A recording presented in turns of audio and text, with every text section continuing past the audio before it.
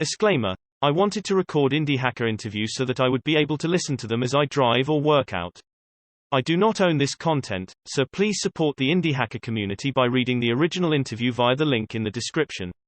And if you're interested in joining an incredible community of entrepreneurs working to build online businesses, I can't recommend checking out indiehackers.com enough. Avoiding feature creep and growing a profitable coding newsletter. Hello. What's your background, and what are you working on? Hi, my name's Lawrence, and I'm working on Daily Coding Problem with my co-founder Jay.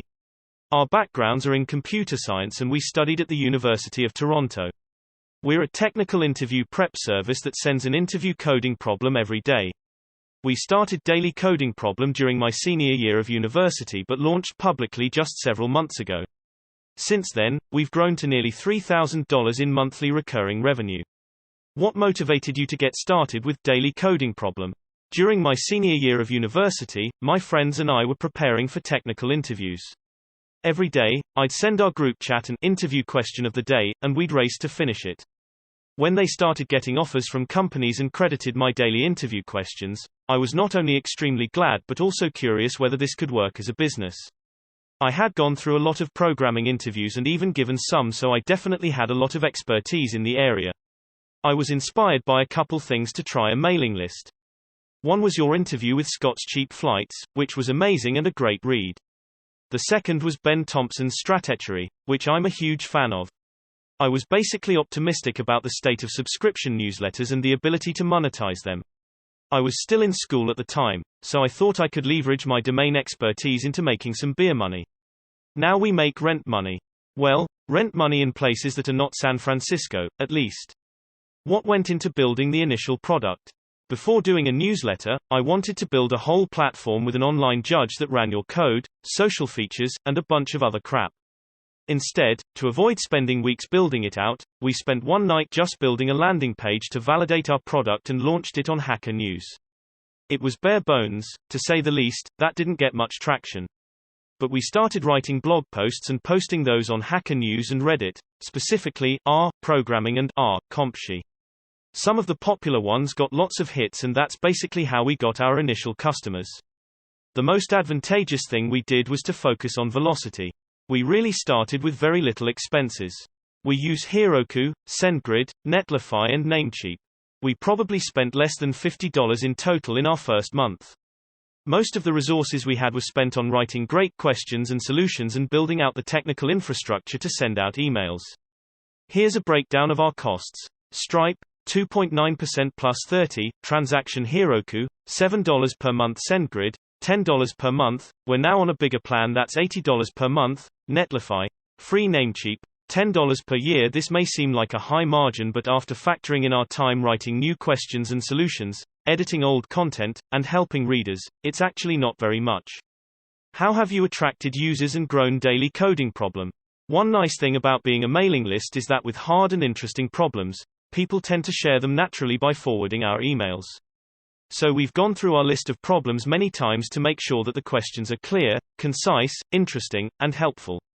And I think it's paid off. We now get a lot more users emailing us to discuss questions, which seems to suggest that they also would be sharing them with friends. Another way that we've attracted users was through our blog. We've posted about interviewing strategy, problem-solving techniques, and guides to programming concepts, as well as actual examples of our problems and solutions. This gets us some organic viewers who sign up to our mailing list. Finally, another idea we've been trying recently is building useful tools for our audience. The most recent one is our cover letter generator. When I was applying for jobs, I got tired of making cover letters for each company. So I thought it'd be useful, and kind of funny, to make a custom cover letter generator. It got to number 2 product of the day on Product Hunt and number 1 for the week on CS Career Questions. Our cover letter generator brought in over 10,000 unique visitors from Reddit and Product Hunt. What's your business model, and how have you grown your revenue? We use a freemium model. You can subscribe and get interview questions for free. A paid subscription costs $9 per month, or $7.50 per month if you commit to a year, and you get in-depth solutions to every problem. We started charging right away because we wanted to make a viable business. When one of our initial blog posts finally hit the front page of Hacker News, we got $150 in subscriptions the first day. That was all the validation we needed, and we quickly got started actually building out our product and infrastructure. Here's our monthly recurring revenue for the past 5 months. According to ChartMogul, month revenue November 2017 $235, December 2017 $715, January 2018 $1942, February 2018 $2210, March 2018 $2,850. We've been growing revenue by doing consistent marketing and improving our product. For example, we noticed that our users tended to unsubscribe at higher rates right after the third problem. We looked into it and realized that the question was probably too difficult, so we replaced it with an easier problem and moved that one farther back. I think little tweaks like this help reduce churn, and overall, it just makes our service better. What are your goals for the future? Our goal is to continue to make the questions and solutions better for our readers. I mentioned this above, but because of the viral nature of a mailing list, I think the most high leverage thing we can do is making sure our product is great. To do this, each of our emails have a CTA for feedback. All users have to do is reply to our email. This lets us get feedback on questions and solutions that people didn't find totally clear. We also want to build more useful tools. They're fun, reusable, and great for marketing. Our cover letter generator still gets several hundred daily uniques, and some of them funnel their way into a paid subscription, which is great. Do more experimentation than ideation, even on things you don't think will necessarily work out. At the end of the day, you learn better when you actually try things out and fail. We're also thinking about partnering with companies to either sell ad space to, like Software Engineering Daily and Scott's Cheap Flightsters, or to even to refer potential candidates to. If you are a company that's interested, feel free to email us. Have you found anything particularly helpful or advantageous? The most advantageous thing we did was to focus on velocity. In my opinion, this means knowing what motivates us and doing those things. While we have a big backlog of tasks and priorities, we tend to do easy tasks first. This builds fast wins, which I think builds momentum. Another somewhat related idea is to deliver value to customers fast. This might sound obvious, but I think it is easy to forget. For us hackers, it's very tempting to try to automate things, reduce costs, experiment new tech, or make long-term moves too early. For example, in the beginning, we had no automation and sent emails manually by Gmail because users just don't care if it's automated. This also gave us the time to talk to and help users to make sure we were building something people wanted. Finally, cut feature scope drastically. This not only helps you launch and deliver value faster, but somewhat paradoxically helps to anchor your product in customers' minds. What's easier to grasp? One coding question per day or a social technical interviewing platform? It's like that Unix adage, do one thing and do it well.